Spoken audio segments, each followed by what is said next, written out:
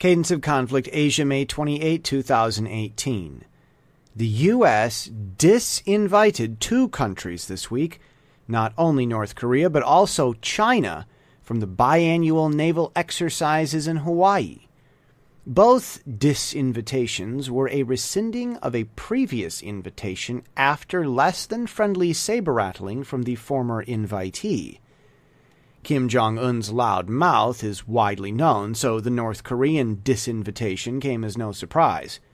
China, specifically, has been pressuring African countries to disrecognize Taiwan in favor of Beijing policy. Additionally, China has been pressuring U.S. companies to follow otherwise unrecognized Chinese maps placing Taiwan under China's political sovereignty, as well as companies from other countries, which Taiwan is not currently under the control of. China sees the request as part of a grand goal of reunification and a nostalgic return to the rhapsodic geographical past as the keystone of a socio-economic strengthening strategy. The problem from the Western corporate perspective is with the dictionary, not with ideology. China's government does not decide the laws on Taiwan's island currently, not in any way, so listing Taiwan under China would create confusion for Western tourists. But China is run by communists who believe that logistics are to be dictated, not recognized. In the land of communist Chinese, if tourists would be confused, the solution is to simply make a new law this afternoon outlawing tourists who are confused.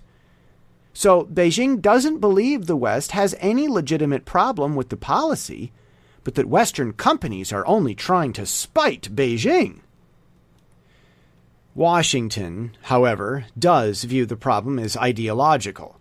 It would be wrong for Washington to dictate the organizational nomenclature of the Bank of China or Sky News or Spotify. So would be any reciprocal resemblance. Under Trump, Washington is enforcing that ideology globally. Then there was yet another snafu among China's man-made islands. The U.S. can't stop making news in Taiwan. A senator makes an unexpected visit.